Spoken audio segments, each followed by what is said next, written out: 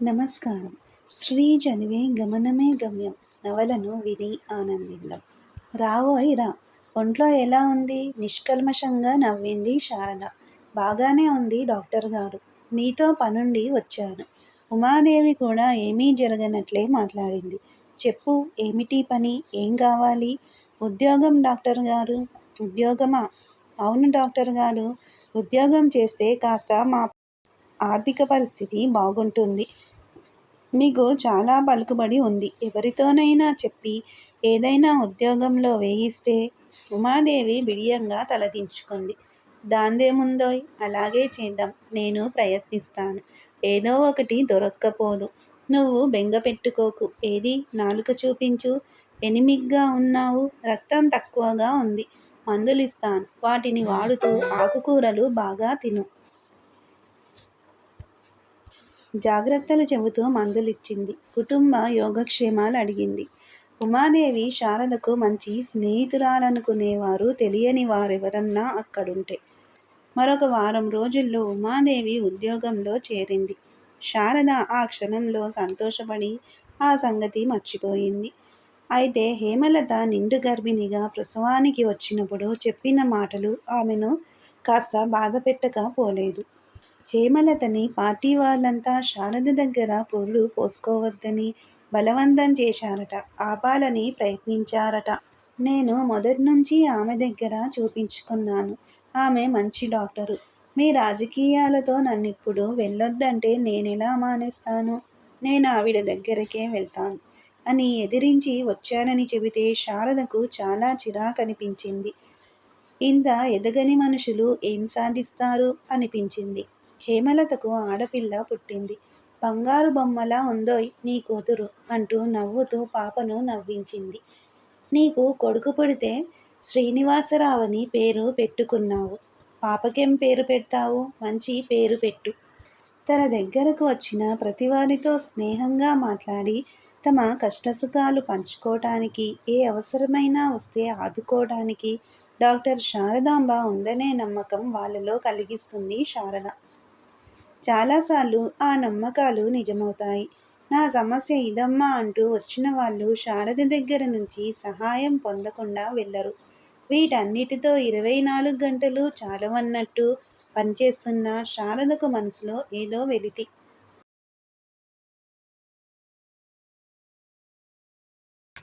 తను విడివిడి వ్యక్తులకు తన చేతిలో ఉన్న సహాయమేదో చేయగలుగుతోంది.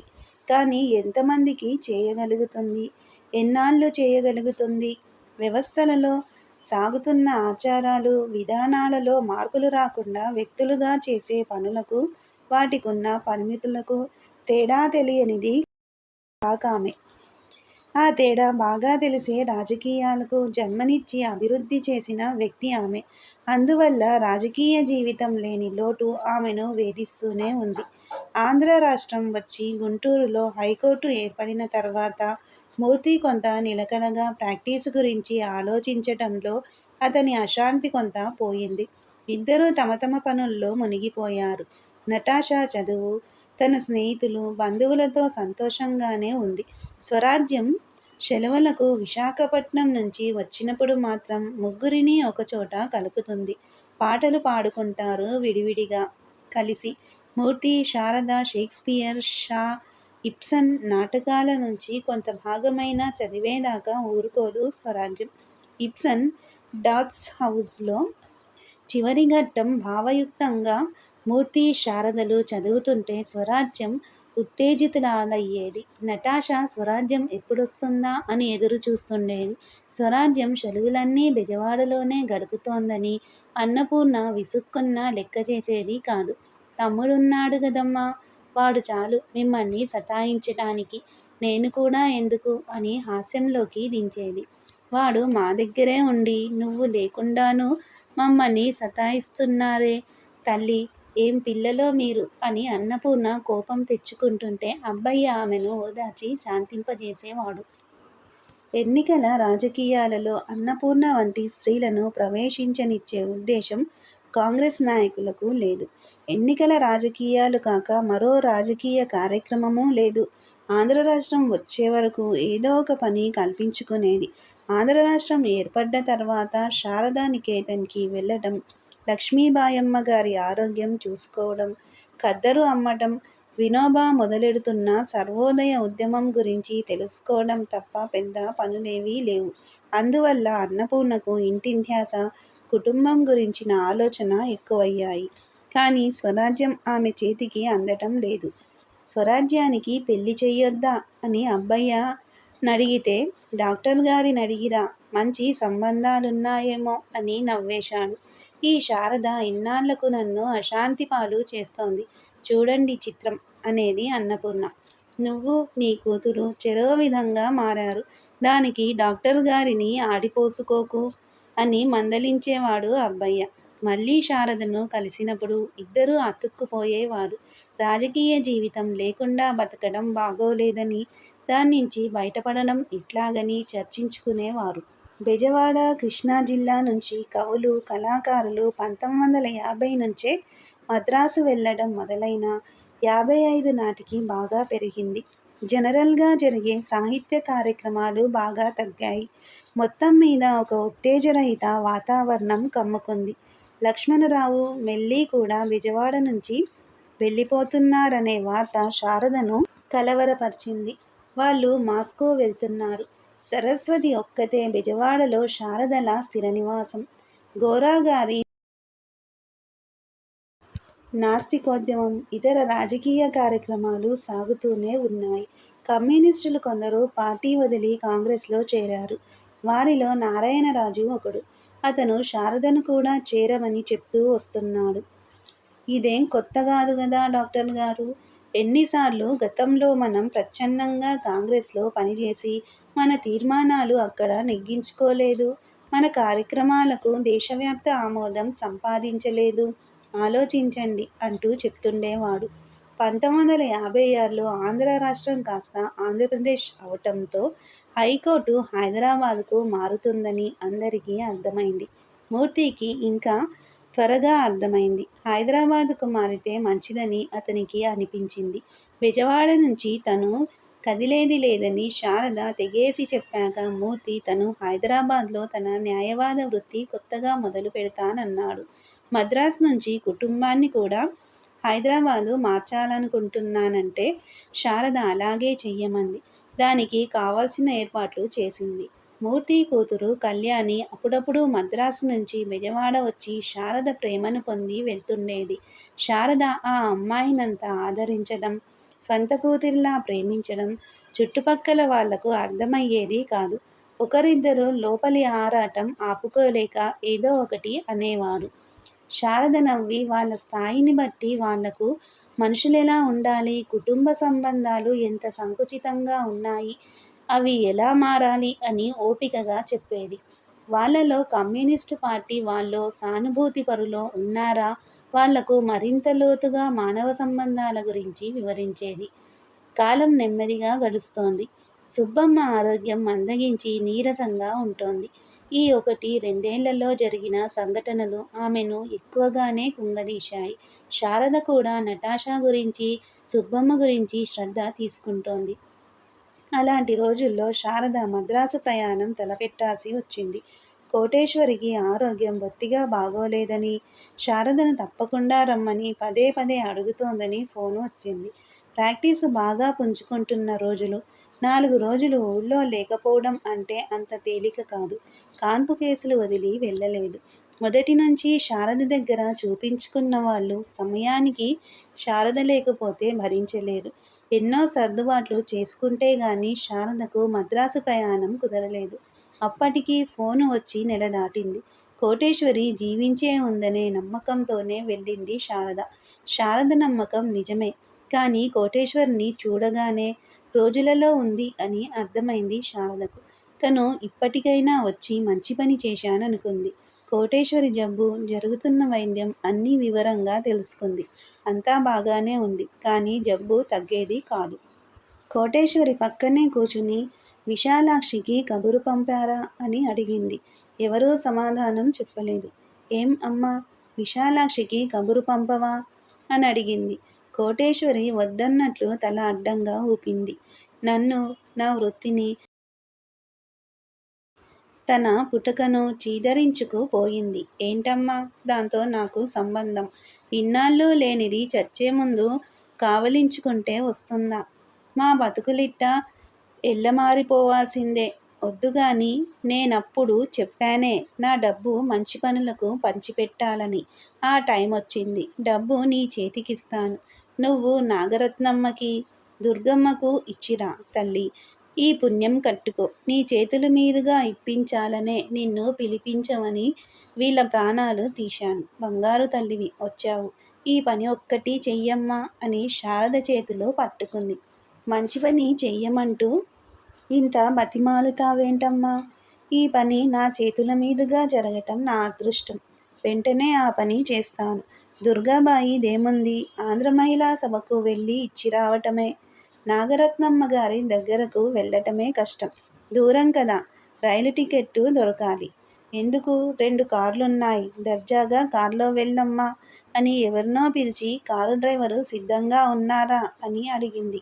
మరో గంటలో కారులో దుర్గాబాయి దగ్గరకు వెళ్ళి కోటేశ్వరి ఇచ్చిన డబ్బు ఇచ్చి రసీదు తీసుకుంది.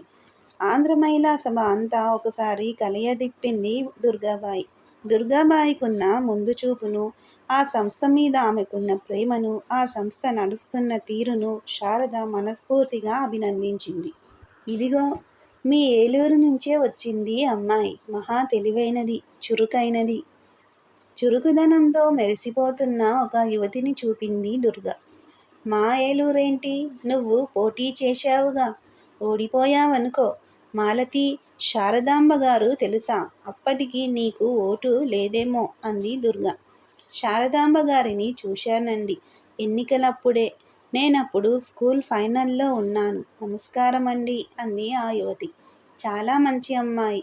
వీళ్ళాయన నాగేశ్వరరావు అని రచయిత, జర్నలిస్టు. వీళ్ళిద్దరూ భవిష్యత్తులో చరిత్ర సృష్టిస్తారు అంది దుర్గ మాలతి భుజం తడుతూ. అదంతా దుర్గాబాయమ్మ గారి అభిమానం. కొన్ని విలువలతో బతకగలిగితే చాలనుకుంటున్నాం అంది మాలతి వినయంగా నవ్వుతూ. ఆ అమ్మాయి భుజం తట్టి ముందుకు నడిచింది శారద. మర్నాడు తెల్లవారుజామునే శారద తంజావూరు దగ్గర తిరువాయూరుకి ప్రయాణమైంది. సాయంత్రం అవుతుండగా ఆ ఊరు చేరింది. కావేరీ నది ఒడ్డున ఉన్న త్యాగరాజస్వామి ఆలయంలోనే ఆ సమయంలో ఆవిడ ఉంటుందని తెలుసుకుని సరాసరి అక్కడికే వెళ్ళింది. ఆ ఊరు చిన్నదే గాని ముచ్చటగా ఉంది. నదికి దగ్గరగా అంత విశాలమైన స్థలంలో చిన్న ఆలయం నిర్మించటానికి ఒంటి చేత్తో పనిచేసిన నాగరత్నమ్మ గారి పట్టుదలకు, త్యాగరాజస్వామి మీద ఆమెకున్న ప్రేమకు శారద నిండు మనసుతో చేతులెత్తి నమస్కరించింది. తనను తాను పరిచయం చేసుకుని వచ్చిన పని చెప్పింది. నాగరత్నమ్మ సంతోషంతో శారదను దీవించింది. త్యాగరాజస్వామి దగ్గర దీపం వెలిగించి నమస్కారం చేసింది. అక్కడే కూర్చున్నారు కాసేపు ఇద్దరు. నాగరత్నమ్మ గారు అప్రయత్నంగా గొంతెత్తి రాగాలాపన అందుకున్నారు. ఏ పనికో జన్మించితినని నన్నెంచవలదు శ్రీరామ.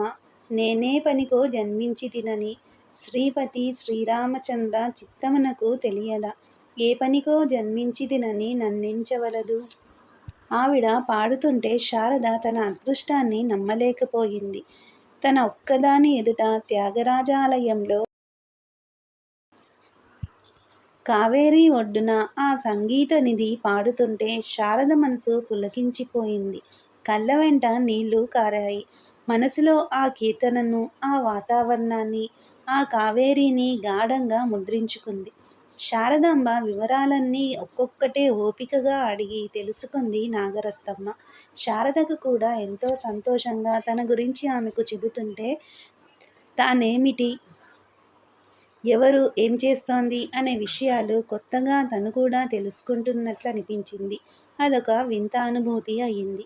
ఈ రాత్రికి మా ఇంట్లో ఉండి రేపు వెళ్దువుగాని రా అని అక్కడి నుంచి శారదను ఇంటికి తీసుకెళ్ళింది. ఇంటికి వెళ్ళాక శారద స్నానం, భోజనం చేసి కూర్చున్న తర్వాత ఈ పుస్తకం చూశావా అంటూ రాధికా స్వాంతనము అనే కావ్యాన్ని శారద చేతిలో పెట్టింది.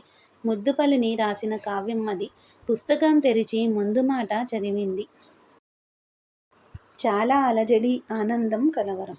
ముద్దుపలని వేశ్య కాబట్టి వీరేశలింగం గారు ఆమె రాసిన కావ్యం నిండా పచ్చి శృంగారం ఉందని విమర్శిస్తే దానికి నాగరత్నమ్మ గారిచ్చిన సమాధానం ఆ ముందు మాటలో ఉంది.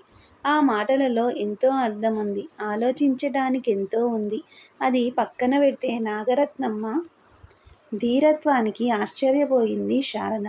సాహసవంతురాలని అందరూ చెప్పుకునే శారద వీరేశలింగం గారి వంటి పండితుడిని, సంస్కర్తను, ప్రజాభిమానం ఎంతగానో పొందినవాడిని అట్లా 10 వాక్యాలలో కడిగివేయడానికి ఎంత సాహసం, ఎంత పాండిత్యం కావాలి. నాగరత్నమ్మ గాయకురాలనే ఇన్నాళ్ళు అనుకుంది శారద. ఆమె మేధస్సు, విద్య, విమర్శనాశక్తి, సాహసం తెలియదు. స్త్రీలను మేధావులుగా గుర్తించరని బాధపడే తనెంత గుర్తిస్తోంది. కోటేశ్వరి, విశాలాక్షి గుర్తొచ్చారు. కులం, కులవృత్తులు, వీటి ఆవిర్భావం, వీటి గురించి ఆలోచించడానికి ఎంతో ఉందనిపించింది శారదకు. కులాలు పోవాలనటం తప్ప కులాస్తిత్వం గురించి ఆలోచించడం లేదు. ఆ దిశగా ఆలోచించడానికెంతో ఉంది. కోటేశ్వరి, విశాలాక్షి నిశ్శబ్ద యుద్ధం చేశారు. నాగరత్నమ్మ, ముత్తులక్ష్మిరెడ్డి బహిరంగంగానే పనిచేశారు. అయినా ఇంకా తేలాల్సిన విషయాలు చాలా ఉన్నాయి. జాతి, కులం మామూలు విషయాలు కాదు. కుల నిర్మూలన అంటున్న అంబేద్కర్ రాసిన విషయాల గురించి జరగాల్సిన చర్చ జరగటం లేదు. కమ్యూనిస్టులు పట్టించుకోవటం లేదు. ఎలా, ఎక్కడ నుంచి?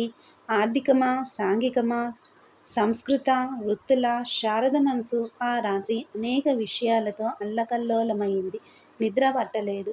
తెల్లవారి ఎర్రని కళ్ళతో నిద్రలేచి స్నానం చేసి తలదూవుకుంటుంటే నాగరత్నమ్మ గారి కీర్తన మధురంగా, శాంతంగా వినిపించింది.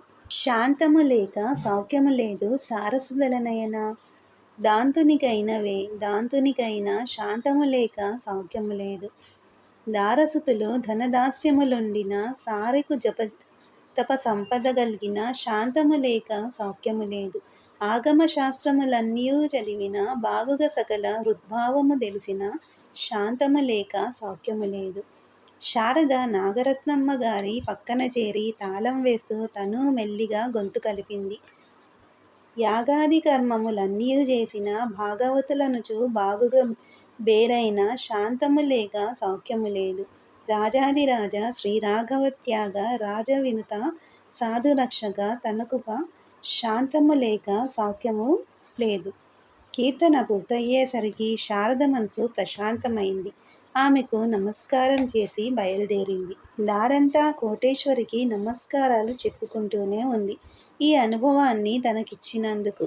కోటేశ్వరికి 2 రసీదులు ఇచ్చి ఆ సాయంత్రమే బెజవాడ రైలెక్కింది. బెజవాడ చేరిన 2 రోజులకే కోటేశ్వరి చనిపోయిందని ఫోన్ వచ్చింది. తను సరైన సమయానికి వెళ్ళగలిగినందుకు సంతృప్తిగా అనిపించింది. విశాలాక్షికి ఫోను చేద్దామా వద్దా అని ఆలోచించి చివరికి రాత్రికి ఫోన్ చేసి చెప్పింది.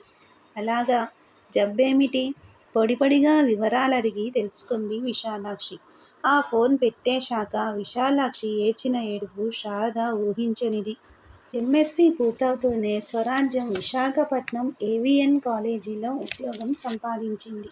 ఉద్యోగంలో చేరటానికి ముందు ఒకసారి ఇంటికి వచ్చి వెళ్ళమని అన్నపూర్ణ ఉత్తరాలు తీవ్రంగా రాసి విసుగెత్తిన తర్వాత ముందు బెజవాడ వచ్చి పెద్దమ్మను, పెదనాన్నను, నటాషాను చూసి ఆ తర్వాత గుంటూరు వస్తానని స్వరాజ్యం నుండి సమాధానం వచ్చింది.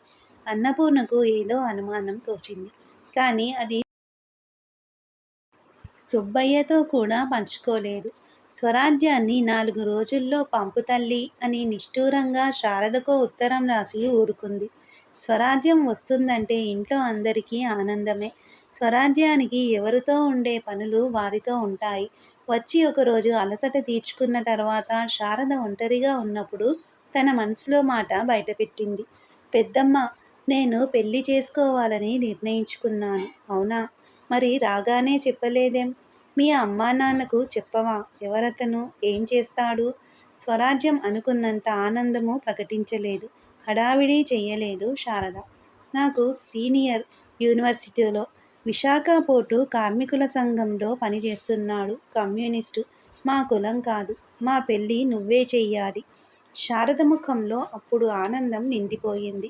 స్వరాజ్యాన్ని దగ్గరకు లాక్కుని నీ పెళ్ళి నేనెందుకు చేస్తాను? మీ అమ్మ నన్ను బతకనిస్తుందా? మీ అమ్మానాన్నలను అంత తక్కువగా అంచనా వెయ్యకు. కమ్యూనిస్టని, కులాంతరమని వాళ్ళేమీ అభ్యంతరం పెట్టరు. ఇవాళ సాయంత్రం మనిద్దరం గుంటూరు వెళ్దాం పద. అసలు నువ్వొక్కదానివే వెళ్ళి చెప్తే మంచిది. నా మీద నా కూతురు నమ్మకం ఉంచిందని మీ అమ్మ సంతోషపడుతుంది. వెళ్ళరాదు? స్వరాజ్యం ఆలోచనలో పడింది. ఈ నవల మీకు నచ్చితే సబ్స్క్రైబ్ చేయండి, షేర్ చేయండి, లైక్ చేయండి, బెల్ ఐకాన్ను ప్రెస్ చేయండి. శ్రీ ఛానల్ ఆడియో నవలను వింటున్నందుకు ధన్యవాదములు.